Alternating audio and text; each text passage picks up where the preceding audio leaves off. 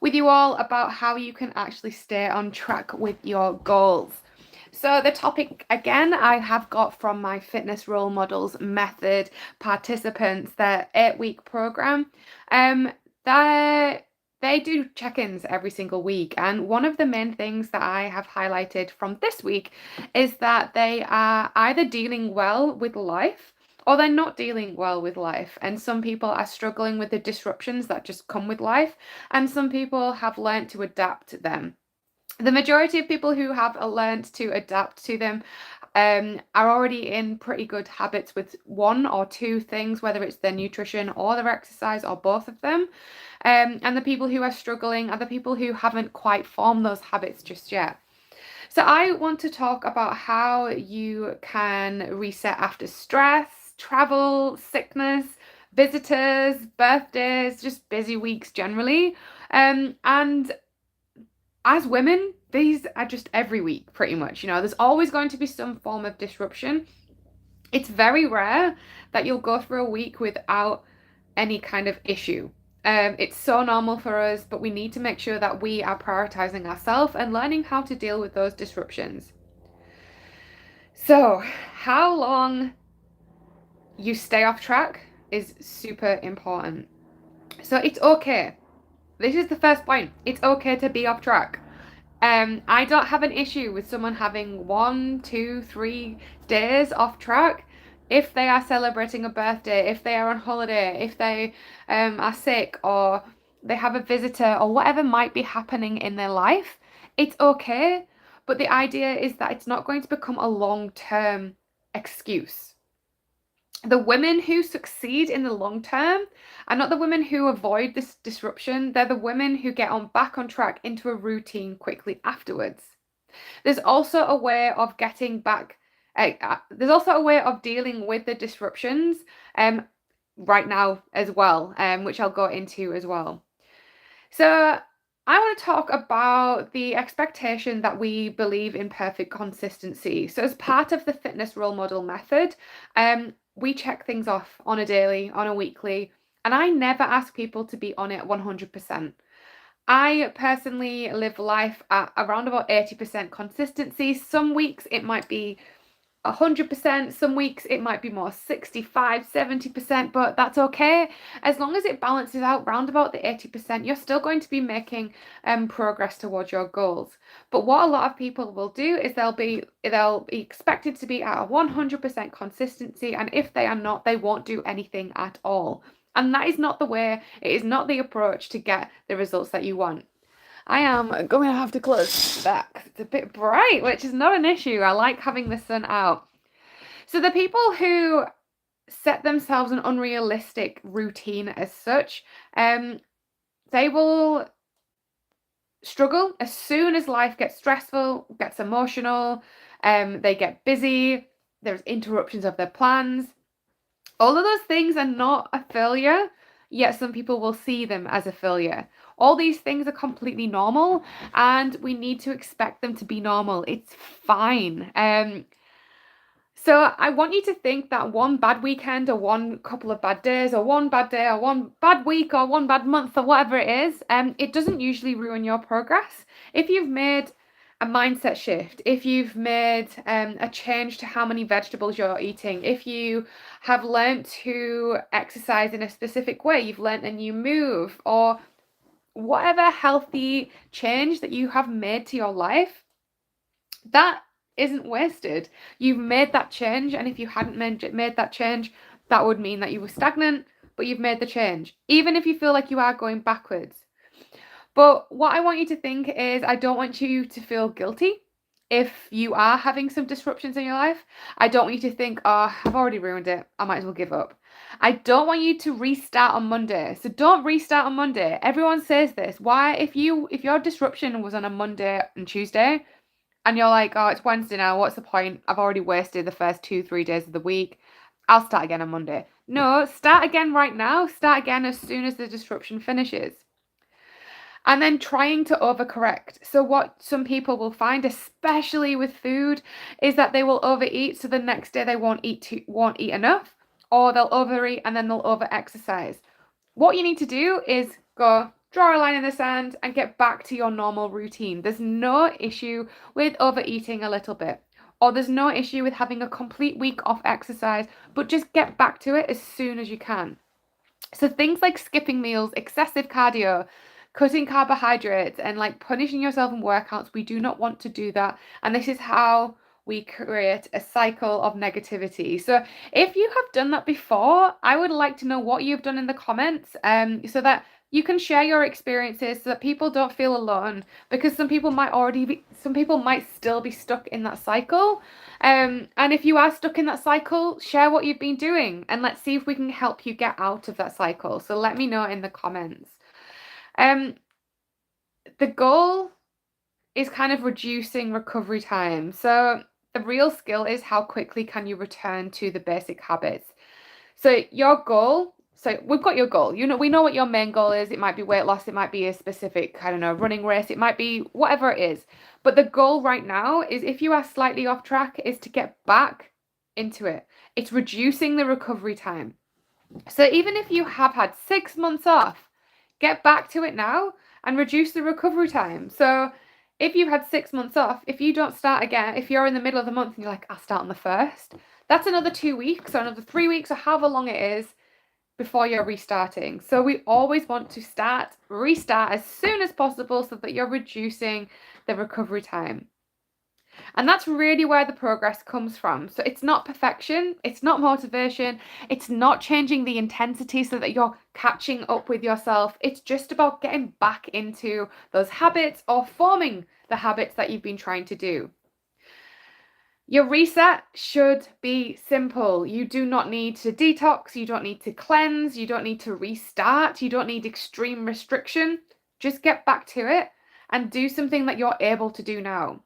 This disruption to your life might really have knocked you, and you might not be able to get back to where you were straight away. But what you can do is just add something small in that you're capable of doing today. And that's what the goal is. We want to do what you can do today. So it might be basic things like drinking water, eating protein at one meal. You don't even need to eat it at every meal. Having a proper lunch. And if you missed my live from last week, have a look at it, because we talked about an issue which was being consistent around lunches. So we talked about that one. It has helped people with other meals as well. So go and have a look at my previous line if you are struggling with eating a proper lunch. Moving your body in whatever way it might be. It might be going for a quick 5-minute walk every day.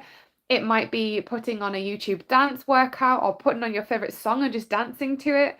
When I was working 50 plus hours a week in corporate, plus all the traveling around it, I would do 30 squats every single time I went to the toilet. And the amount of times you go to the toilet, it builds up over the day. And no, it doesn't give me the same results as what me going to the gym would have done, but it gave me something. It was better than nothing. And that is always the goal. Do what is better than nothing, and then you can build upon it when you actually can't do it, rather than just thinking all of nothing. Trying to get your sleep on track. This is super, super important. So if you are struggling with your sleep, avoid that phone. Avoid it so close to bedtime. Just switch it off, switch your notifications off. They should be off anyway. You don't need them on. Think about not eating so close to bed. So giving your body time to digest. The ideal is like 4 hours before bed, don't eat, or 2 to 3 hours is like kind of what most people can do. So no snacking close to bed. Going to bed at consistent times and waking up at consistent times as well. How about you do your next planned workout? We talked about this in the fitness role model method, about time blocking, about setting an appointment for you. So if you do have the time in your week to actually work out, but you're procrastinating it, you haven't worked out in ages and you're trying to get back into it, and it just feels like a bit of a slog. It feels really hard to do because you've not done it for a while. Just go and time block your diary. Give yourself an appointment. You wouldn't miss a doctor's appointment. You wouldn't miss it if you have clients. You wouldn't miss that. You wouldn't miss work. You wouldn't miss taking the kids to school. So time block some time and dedicate that time for you to do your next workout. And the key word is planning it. I know some people are like, I don't like planning, but honestly, planning it in will really help. These simple resets are what work best. If you decide to eat healthily for the next 5 days, work out for every single 5 days, you're not going to be able to achieve that. Some people can, but it's very, very rare, especially for people who keep getting disruptions in their lives.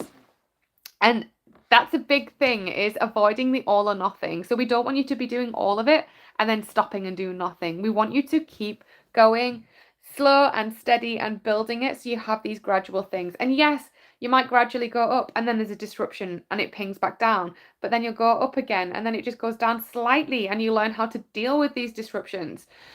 I want you to build the consistency in the imperfect weeks. So what this might look like is that you might be missing a workout, but then still make progress. So you might only be able to do one workout in a week, but it's better than not doing any workouts.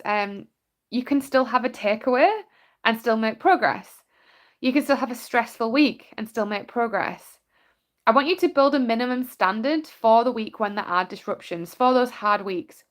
So, for example, with your workout, if you're not able to get to the gym, how about you do a workout at home? And if you're mentally like, I really can't think about creating a workout for myself at home, why not go in my free Facebook group and ask us? I can provide you with all sorts of really useful things to do with equipment that you've got at home, or your body weight. I can provide you with some options. So just have a look on Facebook for fitness role models, and you'll find us and come along and join, and I'll give you some ideas.